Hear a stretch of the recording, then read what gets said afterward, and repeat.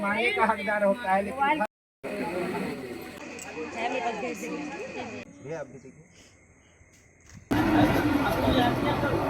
सबसे पहले आप सभी को नमस्ते और प्यार भरा राधे राधे।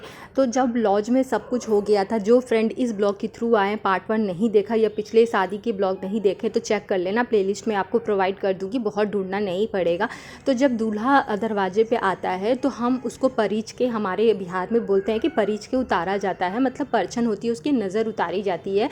इसमें सबसे पहले सासू माँ पान के 2 पत्ते होते हैं, उससे गाल को सेकती है 5 बार। उसके बाद नज़र का टीका लगाया जाता है यानी काजल, और चावल और गोबर के बॉल्स रहते हैं, उस बॉल से 5 बार नज़र उतारी जाती है। उसके बाद में जो सील लोढ़ा का लोढ़ा होता है ना, ये बहुत हम लोगों को अच्छा लगता है देख के। उसके बाद में सील लोढ़ा से 5 बार, सील लोढ़ा से नहीं सॉरी लोढ़ी से जो मसाला पीसने वाला रहता है ना, उससे नज़र उतारी जाती है। तो ये मिनिमम, क्योंकि 5 का आंकड़ा बहुत शुभ होता है, I think not only in Bihar UP, सब जगह ये होता होगा।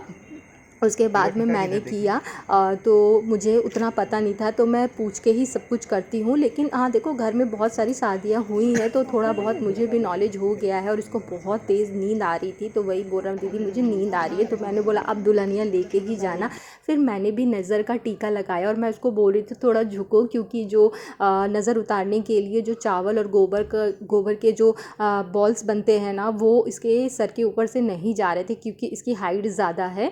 तो मैंने बोला कि झुक जाओ, तो बेचारा मुंडे नीचे करके बैठा हुआ है। तो इस तरीके से जितनी भी वहाँ पे लेडीज़ थी, सबने अपना अपना ये काम करा। लोहड़ी के टाइम में आ गए हैं, जोर से नहीं करना है भाभी, थोड़ा सा एनर्जी उधार लेना पड़ेगा। तो सबके तो क्लिप्स हम नहीं ले पाए क्योंकि यहाँ पे बहुत सारी लेडीज़ थी, तो बहुत सारी मतलब सारी ही लेडीज़ ने ये रस्म की। कुछ फुटेजेस मैंने आप लोगों के साथ में शेयर किए, नहीं तो ब्लॉग बहुत ज़्यादा लंबा हो जाता है। उसके बाद बड़ी भाभी ने ये किया, फिर ज्योति भाभी ने किया, मतलब 2 भाभी हैं मेरे घर में, तो दोनों ने ये रस्म को किया। उसके बाद मामी जी थी और भी मौसी जी थी, तो सब ने ये रस्म किया। उसके बाद दूल्हा जो है मतलब खुद चल के नहीं जाता है, उसको गोद में बिठा के या कंधे पे बिठा के घर ले जाया जाता है। लेकिन वो ना वीडियो कोई रिकॉर्ड ही नहीं कर पाया, क्योंकि ये सब कुछ, थैंक यू रीशू, क्योंकि उसने रिकॉर्ड करके दिया है। अगर मैंने उसको बोल के रखा था कि तुम जितना कर पाओगे उतना करना, क्योंकि शादी के बीच में मैं आवाज़ नहीं लगा सकती थी कि हाँ आओ रिकॉर्ड करो रस्मों के बीच में। उसके बाद में जब दूल्हा घर पे गया तो उसका तिलक चढ़ा, तिलक घर पे ही हुआ था, मतलब हम लोग मड़वा पे ही हम लोगों ने तिलक दिया था। और एक मैं बात आप लोगों से शेयर करना चाहती हूँ कि जो भी सब कुछ हम लोगों ने एज अ गिफ्ट दिया है, वो लड़के वालों ने कुछ भी एज अ डाउरी डिमांड नहीं करा था। तो प्लीज़ ये एजम्पशन ना करें कि लड़के वाले ने मतलब दहेज की मांग की थी, उनकी तरफ से कोई भी मांग नहीं थी। ये सब कुछ भी जो भी हम लोगों से बन पड़ा, खुशबू को हमने दिया है ये। तो आप लोग भी बहुत सारा आशीर्वाद दीजिएगा। और तिलक की जैसा लड़की का भाई चढ़ाता है, ऐसे तो घर में बहुत सारे भाई हैं, बट ये काम जो है जॉन्टी कर रहा था। तो जो भी गिफ्ट रहते हैं ना, पंडित जी उस पर शगन का टीका लगाते हैं और चावल चढ़ाते हैं। तो ये जो कलश होता है ना, इस मतलब इसका कुछ है, पंडित जी ने बताया था, मुझे याद नहीं है। तो कलश के ही ऊपर सब कुछ जो गिफ्ट वगैरह रहते हैं उसको लगा के फिर रखा जाता है। जय जय जय।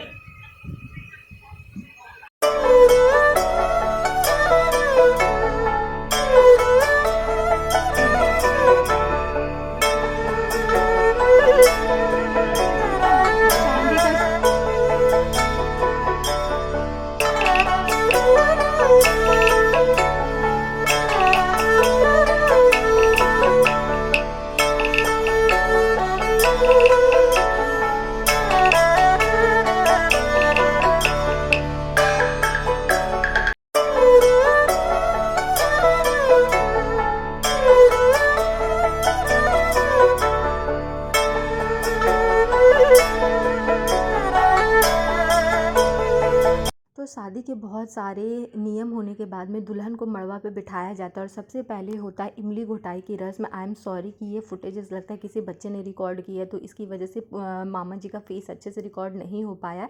तो इसमें एक्चुअली एक आम का पत्ता होता है, उसको दुल्हन के सर से उबारा जाता है, मतलब घुमाया जाता है जैसे आप देख रहे हो। उसके बाद में मुँह में रखा जाता है, जिसको दुल्हन जो है टच करती है या काटती है, और माँ जो है पीछे बैठी रहती है। वो जो क्या बोला जाता है सहरा रहता है ना, वो इतना बड़ा सा रहता है, तो वो अभी पहनना होता है, नियम होता है, तो इसको 5 बार किया जाता है। तो मामा जी यहाँ पे जो है इमली घोटाई की रस्म कर रहे हैं, और लास्ट में शायद जो पानी होता है ना, वो दुल्हन को मतलब इस तरीके से मामा जो है पानी डालता है और दुल्हन जो है पानी पीती है।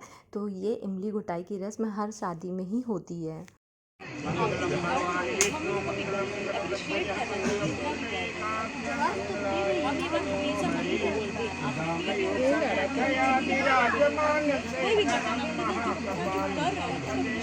तुम्हारी मम्मी एकदम खिलाफ है ना।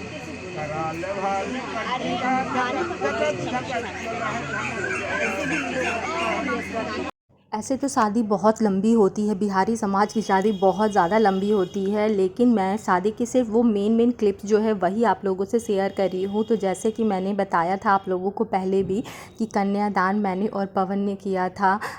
ये बहुत बड़ा मुझे बोलूँ कि सौभाग्य मिला था, क्योंकि मेरी खुद की कोई बेटी नहीं है, और कहते हैं ना कि बेटियाँ भी सौभाग्य से होती है। तो मैंने पहले से डिसाइड करा था कि मैं जो है खुशबू का कन्यादान करूँगी। उस वक्त भी मैं थोड़ा इमोशनल हो गई थी, बट मैं आंखों से आंसू लेके नहीं आई थी, क्योंकि मैं चाहती थी कि उसकी जो लाइफ है बहुत अच्छे से जाए, और इतना अच्छा एक हमसफ़र उसको मिला है, तो उसके साथ वो सुखी से जीवन अपना बिताए। और सच में ये वॉइस ओवर करते हुए मैं थोड़ा चोक्ड हो गई हूँ कि मैं सच बोलती हूँ कि मेरे जीवन में बहुत कम ऐसे रिश्ते हैं जिससे मैं बहुत दिल से या मन से अटैच हूँ।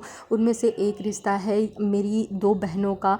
मतलब मुझे पता है कि लाइफ का कोई भी पड़ाव हो, मेरी 2 बहनें जो हैं, कभी भी मुझे अगर उनकी ज़रूरत होगी तो वो हमेशा मेरे साथ होगी, और मैं भी बिल्कुल मन से जितना मुझसे बन पड़ेगा लाइफ में, कभी भी उसको मेरी ज़रूरत होगी तो मैं हमेशा उसके साथ हूँ, चाहे कोई साथ हो या ना हो। तो कन्यादान शायद इस ब्रह्मांड का सबसे बड़ा दान होता है।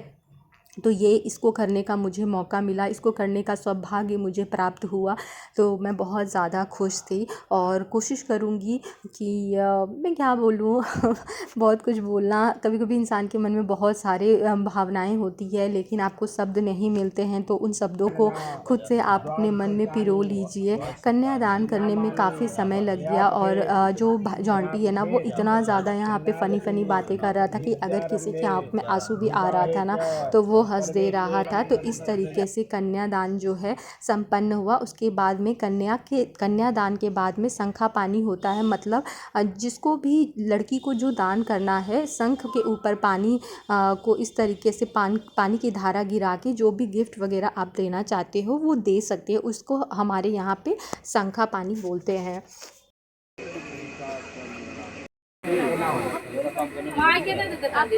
पीछे बैठे पत्नी के ना देते तो घेरा चौकर कैसे कमाने का हकदार होता है, लेकिन लाइट जल रहा है, पत्नी का रहता है। मोबाइल की लाइट जल रहा है। अगर पति घर पर नहीं ज्यादा सोचना समझना नहीं, चाहे जो भी नाता पोता में लगे, कोई भाषण नहीं करना है, कोई बातचीत नहीं करना चाहिए।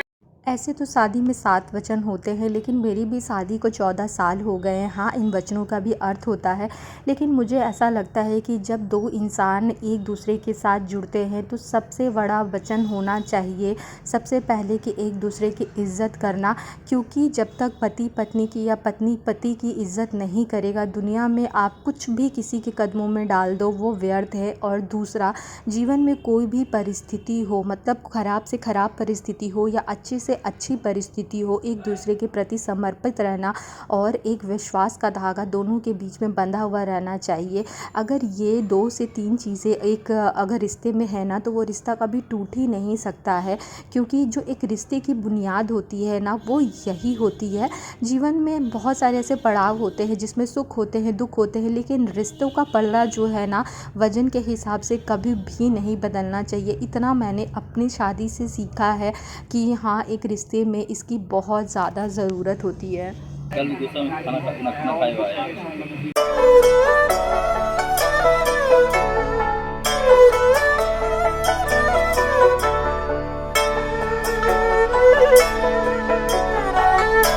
ये एक रस्म होती है जिसमें जो लोढ़ा रहता है ना, उसके ऊपर दुल्हन अपना पैर रखती है और दूल्हा जो है उसको 5 बार इस तरीके से हटाता है। बट मेरी शादी में मुझे याद है कि जो लोढ़ा होता है, मतलब उसके ऊपर दुल्हन पैर रखती है और दूल्हा जो है अंगूठा पकड़ता है।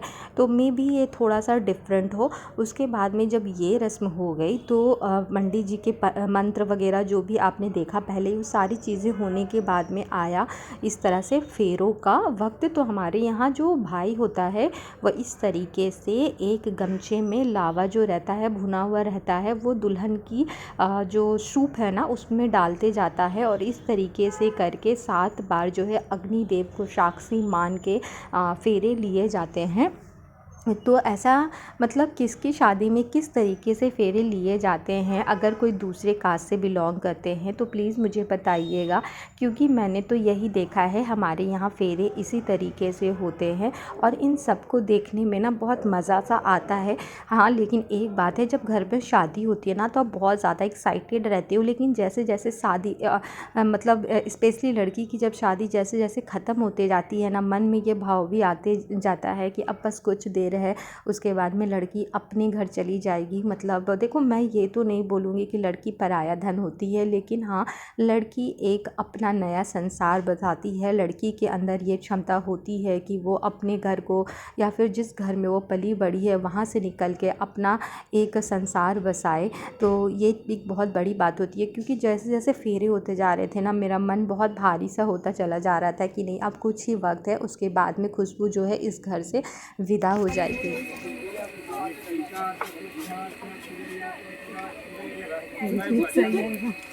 फाइनली आया वो शुभ घड़ी, सिंदूर दान का समय। तो जब भी हमारे यहाँ पे सिंदूर पड़ती है ना, तो इस तरीके से घेर दिया जाता है पीली धोती से, क्योंकि जितनी भी कुंवारी लड़कियाँ हैं वो जब सिंदूर दान होता है तो वो नहीं देख सकती है और दुल्हन की भी आंखें बंद कर दी जाती है, क्योंकि दुल्हन अब खुद को, उसका जीवन जो है इस सिंदूर दान के बाद में बिल्कुल बदलने वाला है। तो वो अपने आप को अब सिंदूर मांग में पड़ने के बाद ही देखेगी खुद को।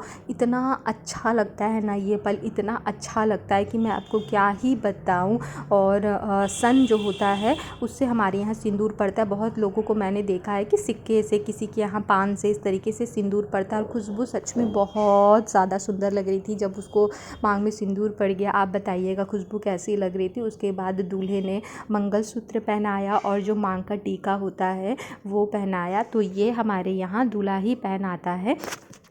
तो इसका भी चैनल है, प्लीज़ इसके चैनल को भी सब्सक्राइब करिए, क्योंकि मैंने बहुत सारे ब्लॉग में बोला भी है कि अब शादी तक की जो चीज़ें हैं वो मैं आपको दिखाऊंगी, लेकिन इसके आगे की ज़िंदगी कैसी होगी उसके लिए अगर आप इससे जुड़ना चाहते हैं तो इसके चैनल को सब्सक्राइब ज़रूर करिएगा। इसके चैनल का लिंक मेरे डिस्क्रिप्शन बॉक्स में दिया हुआ है।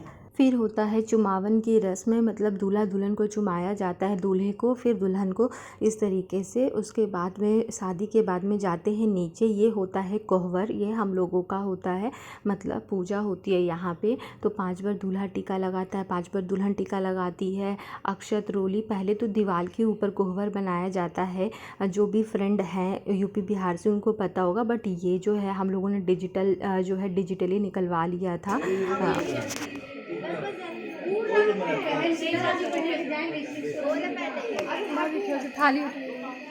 इसी में चावल वाले लेते घर पर करेंगे।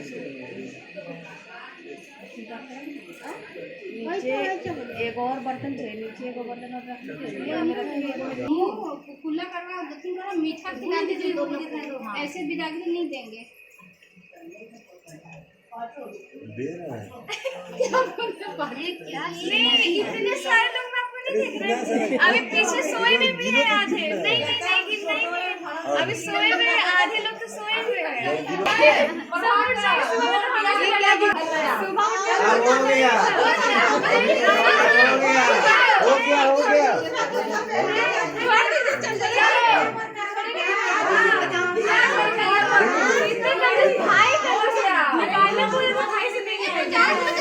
तू शादी अपना शादी में डायलॉग मारना समझा। तो फाइनली सालियों ने मतलब 10,000 रुपये लेके ही माने। तो उसके बाद में सुधा जो है, सुधा मैंने पहले भी बताया खुशबू की फ्रेंड है, तो पाँव में उसके बिछुआ डाल रही है। तो हमारे यहाँ जो विदाई होती है ना वो मतलब खाली पेट नहीं होती, क्योंकि दूल्हा दुल्हन दोनों ही उस दिन फास्ट रहता है। तो इस तरीके से मुंह दिलवा के उसके बाद मीठा खिला के ही घर से विदाई दी जाती है। विदाई जो थी ना वो मैंने बिल्कुल भी रिकॉर्ड नहीं करा, क्योंकि मेरी बिल्कुल हिम्मत ही नहीं हुई कि मैं वो क्लिपिंग्स को रिकॉर्ड करूँ।